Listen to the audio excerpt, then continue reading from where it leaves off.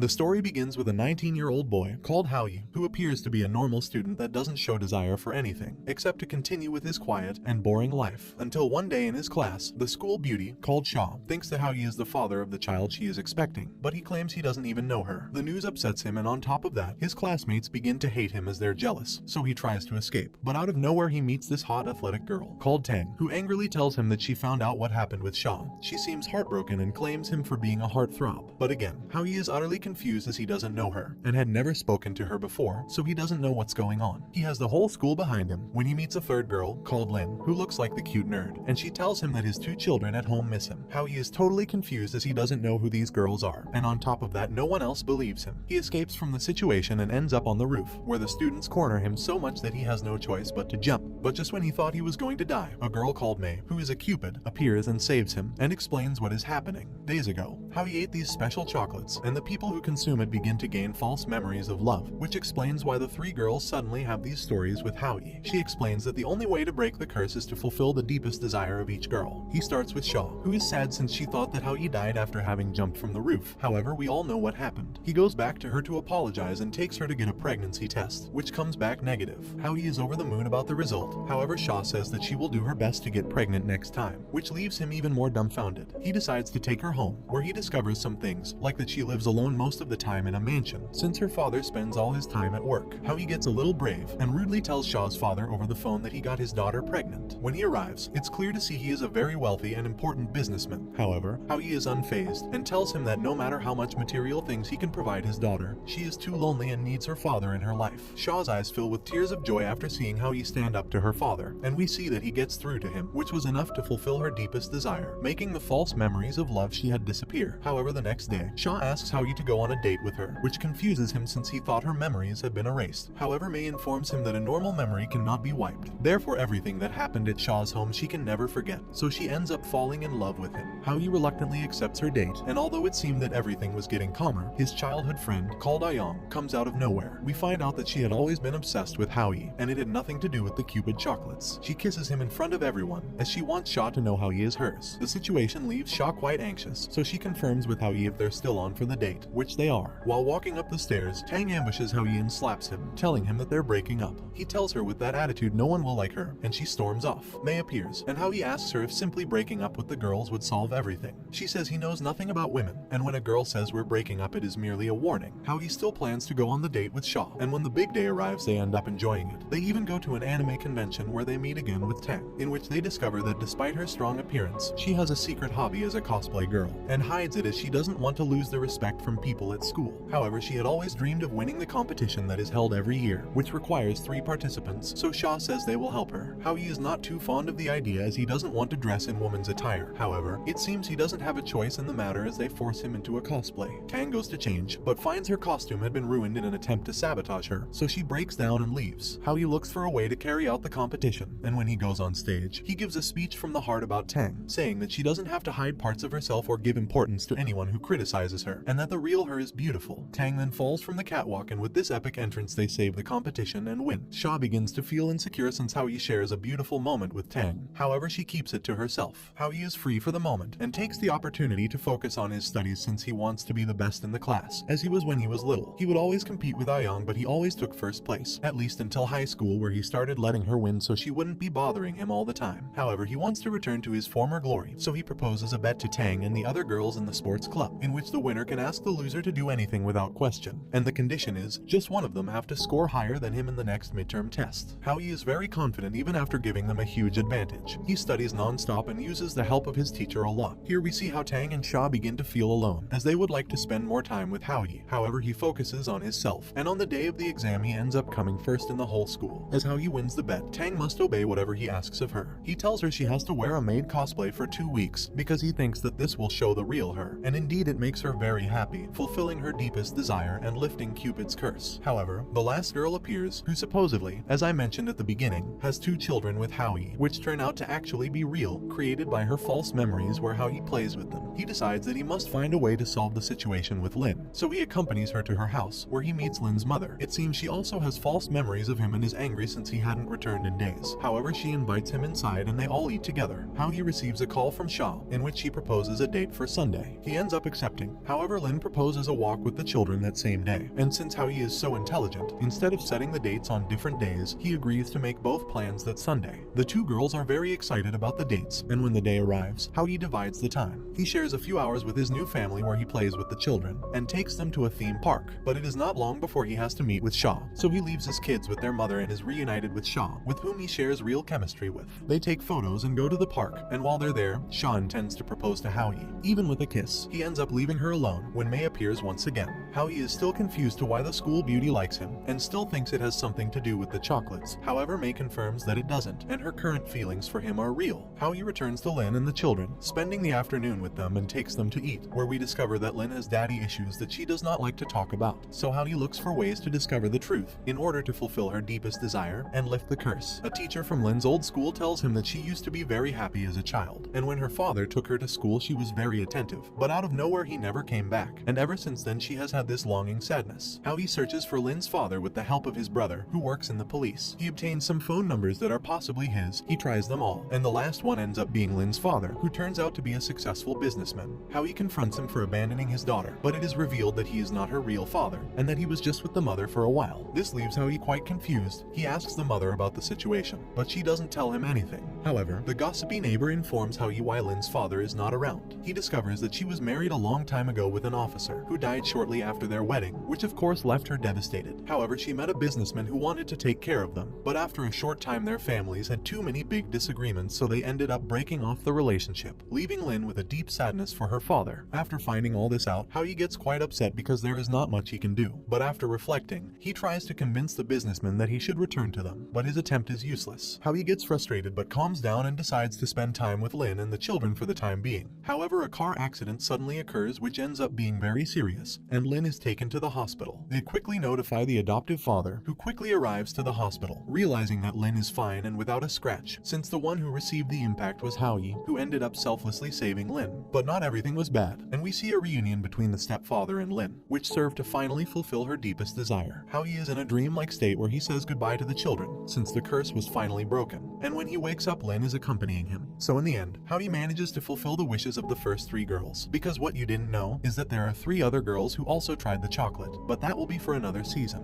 For now everyone ends up happy, and we are left with the girl shouting the name of the protagonist, announcing what is to come. Don't forget to like and subscribe if you enjoyed, and turn on the notification bell so you never miss out on another video. See you in the next one, take care.